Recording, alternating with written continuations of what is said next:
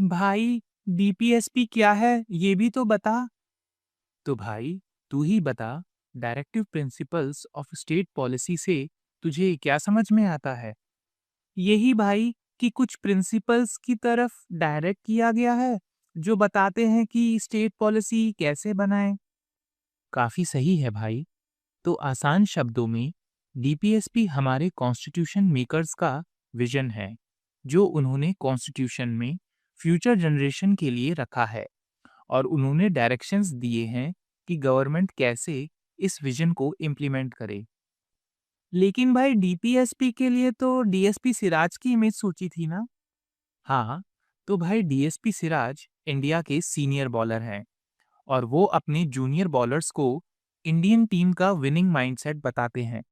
मतलब कि बॉल डालते वक्त उन्हें क्या ध्यान में रखना है, इसका डायरेक्शन उन्हें देते हैं। हाँ, सीनियर बॉलर हैं तो वो जूनियर बॉलर्स को जीतने का मंत्र तो देते होंगे। बस भाई, वैसे ही डीपीएसपी भी हमारे कॉन्स्टिट्यूशन मेकर्स के आइडियल्स को डिनोट करते हैं, और बताते हैं कि गवर्नमेंट को क्या ध्यान में रखकर पॉलिसीज और लॉज बनाने चाहिए। वाह भाई, क्रिकेट के विनिंग माइंडसेट और कॉन्स्टिट्यूशन मेकर्स के आइडियल्स को मस्त लिंक कर दिया। याद रहेगा ये तो। पर भाई, इसमें गवर्नमेंट का मतलब पार्लियामेंट है? सिर्फ पार्लियामेंट नहीं, इसमें लेजिस्लेटिव यानी पार्लियामेंट और स्टेट लेजिस्लेचर्स इंक्लूडेड है, और एग्जीक्यूटिव है, मतलब सेंट्रल और स्टेट गवर्नमेंट्स इंक्लूडेड हैं। इसके अलावा लोकल अथॉरिटीज़ जैसे म्युनिसिपल कॉरपोरेशन और पंचायत हैं, और पब्लिक अथॉरिटीज़ भी इंक्लूडेड हैं। सही है भाई, मतलब सारी पब्लिक गवर्निंग अथॉरिटीज़ इंक्लूडेड हैं। पर भाई, ये कहीं मेंशन है? हाँ, ये सब आर्टिकल 36 में मेंशन है। अब ये कैसे याद रहेगा? नंबर 36 से भाई। वो कैसे भाई? तो भाई, जैसे एक ओवर की 6 बॉलों पर अगर 6 छक्के लगते हैं तो 36 रन्स बनते हैं ना? हाँ भाई, पूरा मैच बदल जाता है। तो इससे कैसे याद रहता है? तो जैसे 36 रन्स एक ही ओवर में पड़ जाएं, तो मैच का स्टेट बदल जाता है, और वो मैच के डिफाइनिंग मोमेंट होते हैं। वैसे ही आर्टिकल 36 स्टेट को डिफाइन करता है। अच्छा, 36 रन्स और मैच के स्टेट से आर्टिकल 36 स्टेट को डिफाइन करता है, ऐसा याद रहता है तुझे। वाह भाई, मस्त ट्रिक है। हाँ, बिल्कुल सही भाई। फिर डॉक्टर बी आर अम्बेडकर ने कहा कि डीपीएसपी 1935 एक्ट के इंस्ट्रूमेंट ऑफ इंस्ट्रक्शंस जैसे ही हैं। वो गवर्नमेंट ऑफ इंडिया एक्ट 1935 में थे, वो वाले? हाँ, बस इतना ही डिफरेंस है कि इंस्ट्रूमेंट ऑफ इंस्ट्रक्शंस उस समय के गवर्नर जनरल और गवर्नर्स के लिए होते थे, और डीपीएसपी आज के लेजिस्लेचर्स और एग्जीक्यूटिव के लिए है। समझा भाई, पर याद कैसे रहेगा? तू ही बता भाई, क्या डीएसपी सिराज बॉलर्स को सिर्फ विनिंग माइंडसेट ही देंगे? नहीं भाई, वो उन्हें मैच के प्लान्स और किस बैट्समैन को कहाँ बॉल करनी है वो भी तो बताएंगे। बस, तो इसे ही इंस्ट्रक्शन देना कहते हैं। तो डीएसपी सिराज नए बॉलर्स को गेम प्लान के इंस्ट्रक्शंस देते हैं। ऐसा मुझे याद रहता है कि डीपीएसपी इंस्ट्रूमेंट ऑफ इंस्ट्रक्शन से सिमिलर है। वाह यारा, याद हो गया ये पॉइंट। तो भाई, डीपीएसपी में क्या-क्या मेंशन है? भाई, डीपीएसपी में ईएसपी है।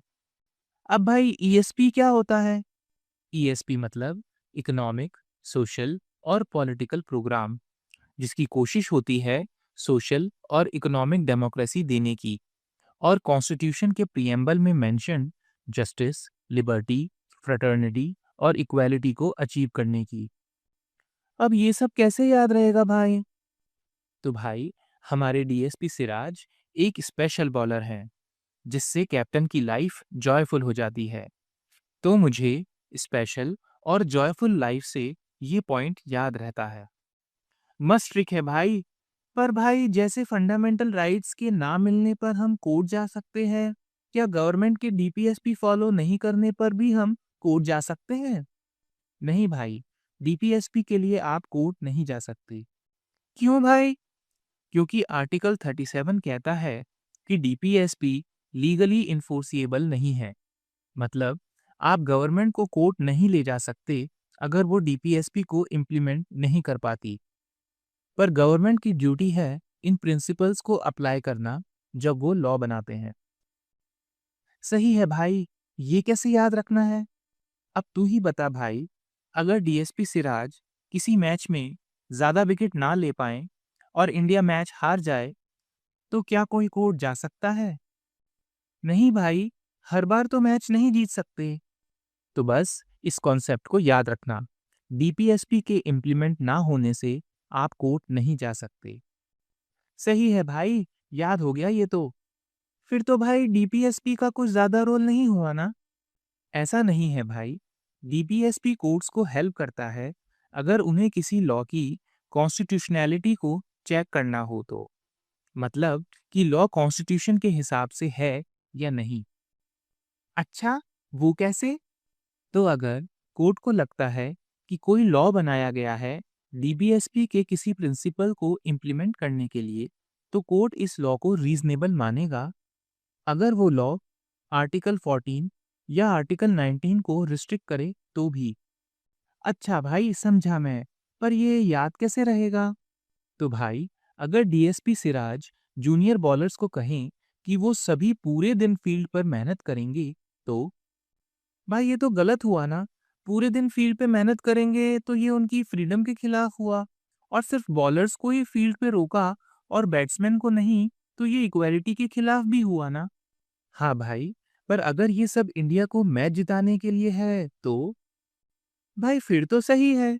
बस ऐसे ही अगर डीपीएसपी के प्रिंसिपल्स को इम्प्लीमेंट करने के लिए लॉ बनाया गया हो, भले ही वो राइट टू इक्वालिटी और फ्रीडम के खिलाफ हो, तो भी वो लॉ रीजनेबल होगा कोर्ट्स के लिए।